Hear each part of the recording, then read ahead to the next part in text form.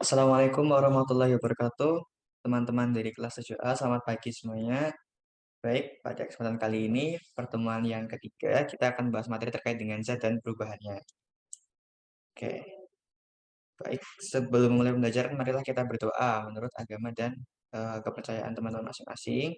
Silakan bagi yang beragama Muslim, doanya dapat disesuaikan seperti yang tertera di layar. Dan bagi yang non-Muslim, menyesuaikan ya. Berdoa saya persilakan. Berdoa selesai. Baik, kita lanjut. Oke, sebelum kita masuk ke materi, ada beberapa pertanyaan yang ingin saya tanyakan kepada teman-teman. Oke, yang pertama, pernahkah kalian buat es teh? Artinya teman-teman pernah ya untuk membuat es teh.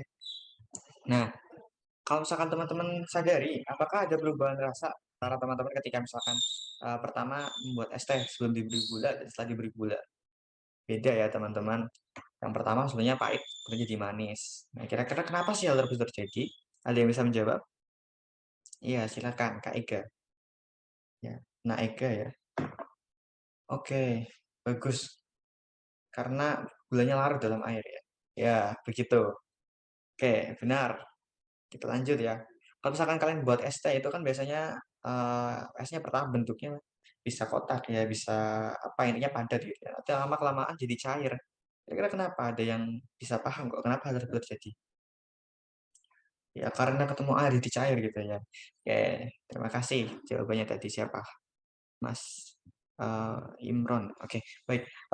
Jadi tadi sedikit banyak yang teman-teman dengarkan ya, yang saya tanyakan itu terkait dengan materi kita pada pagi hari ini. Agar teman-teman lebih paham, nanti ikuti pembelajaran hari ini dengan baik. Oke, oke baik. Untuk pembelajaran hari ini kita agak berbeda ya teman-teman dari model biasanya. Kita pakai model yang namanya cooperative learning tipe jigsaw ya teman-teman.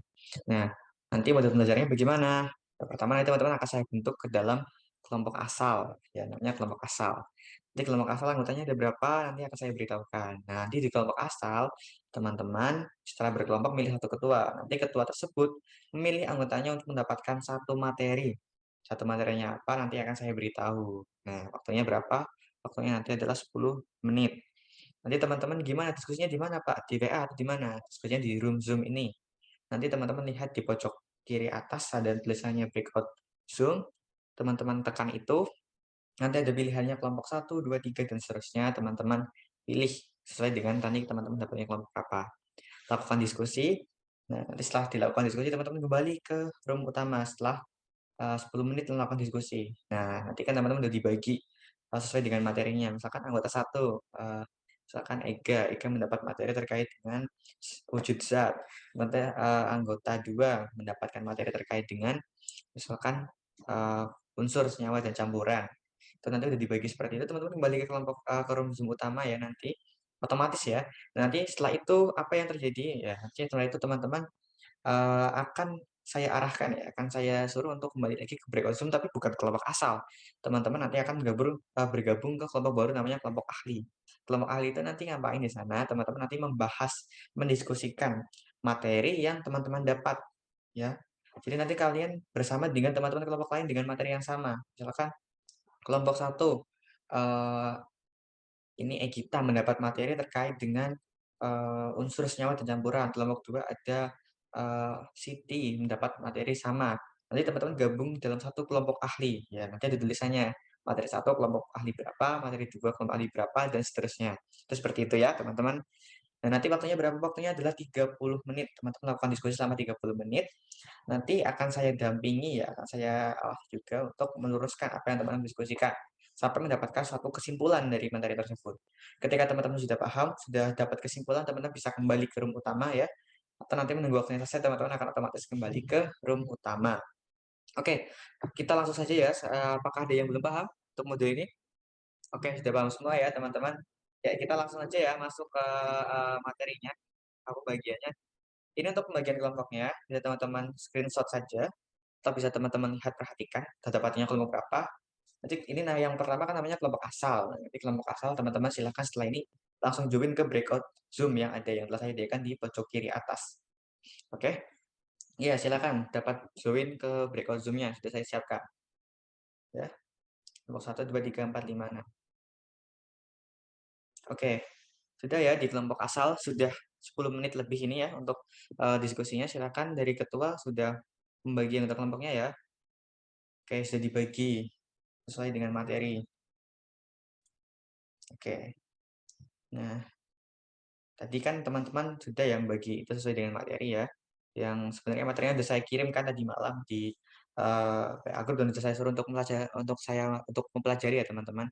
Jadi tadi teman-teman sudah dibagi dalam kelompok ahli, kelompok A1, Jutzat, pada saya dan Gen dan seterusnya. Silakan teman-teman sekarang bisa bergabung sesuai dengan kelompok kelompok ahlinya masing-masing. Silakan teman-teman bisa join ke kelompok ahlinya ya. Waktu diskusi 30 menit nanti akan saya bersamai sebentar ya. Akan saya luruskan konsep yang dipelajari teman-teman. Silakan bergabung ke kelompok ahli sesuai dengan yang dibagi tadi oleh ketua. Oke. Oke, sekarang saya bergabung dengan kelompok ahli yang ketiga ya, yang membahas tentang sifat fisika dan kimia dan perubahan fisika dan perubahan kimia. Oke. Ada yang belum jelas untuk materi ini? Oke. Oh, terkait dengan apa yang jadi dasar perbedaan perubahan fisika dan perubahan kimia. Dasarnya mudah, teman-teman. Kalau perubahan fisika itu tidak menghasilkan zat baru atau senyawa baru atau unsur baru. Kalau perubahan kimia nanti menyebabkan unsur baru. Contohnya apa? Misalkan teman-teman perubahan fisika yang membakar lirin. Nanti lirinnya bakal cair. Ya, tapi nanti teman-teman bisa lihat kalau misalkan semakin lama itu dia akan kembali padat. Tapi kalau perubahan kimia, teman-teman misalkan lihat, misalkan buat tempe, itu kedelai diolah jadi tempe, itu kan nggak bakal jadi kedelai lagi kan, akan jadi tempe yang teman-teman makan. Nah, itu dasar perubahannya. Oke, baik. Tadi saya sudah mengunjungi beberapa kelompok. Nah, teman-teman juga sekarang sudah kembali ke room utama ya, teman-teman. Saya yakin tadi sudah saya lihat sudah mendapat kesimpulan. Nah, sekarang setelah 30 menit berdiskusi, sekarang teman-teman kembali lagi ke kelompok asal. Jelaskan tadi apa yang dipelajari di kelompok ahli. Waktunya 20 menit.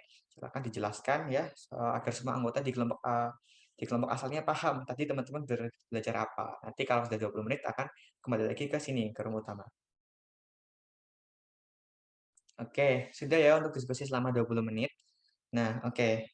Nah, setelah teman-teman melakukan diskusi, ada beberapa hal yang perlu teman-teman pahami, ada yang beberapa hal yang perlu kita garis bawahi ya, konsep yang sama antara zat padat dan cair dan gas itu yang menjadi perbedaan apa? Yang pertama itu adalah bentuknya. Bahwa zat padat itu tetap, cair itu berubah, gas juga berubah, termasuk massa dan volumenya. Juga jarak antar molekulnya serta gaya tarik menariknya. Lalu perbedaan antara unsur, senyawa, dan campuran itu bahwa kalau misalkan unsur itu teman-teman juga tidak dapat diuraikan lagi ya, tidak dapat dibagi lagi. Tapi kalau senyawa itu bisa dengan suatu reaksi kimia. Nah ini teman-teman pelajari ketika di SMA. Lalu kalau campuran itu dari beberapa unsur yang digabung-gabung jadi campuran.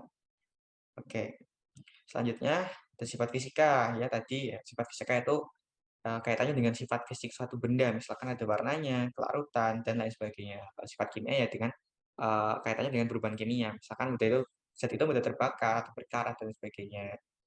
Perubahan fisika itu yang menghasilkan baru, zat perubahan kimia tidak menghasilkan baru. Kalau pemisahan campuran ada beberapa macam ya, ada distilasi itu dengan prinsip perbedaan penguapan ya, perbedaan titik titik didih ya. Lalu filtrasi itu dengan perbedaan ukuran molekul ya, dan kromatografi itu dengan perbedaan cepat rambat. Lalu asam basa garam, misalkan asam itu di air dia menghasilkan H+, ion H+. Kalau basa menghasilkan ion OH-, dan kalau asam itu kayaknya bawah 7, kalau basa di atas 7. Nah, kalau garam itu gabungan asam dan basa.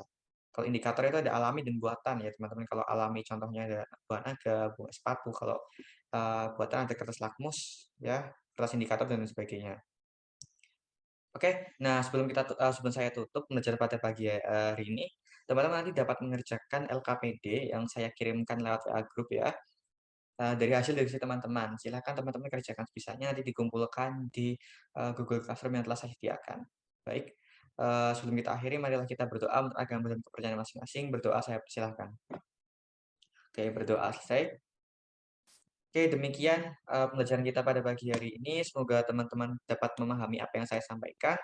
Semoga yang saya sampaikan bermanfaat. Terima kasih. Sampai bertemu di pertemuan yang selanjutnya. Akhir kata, wassalamualaikum warahmatullahi wabarakatuh.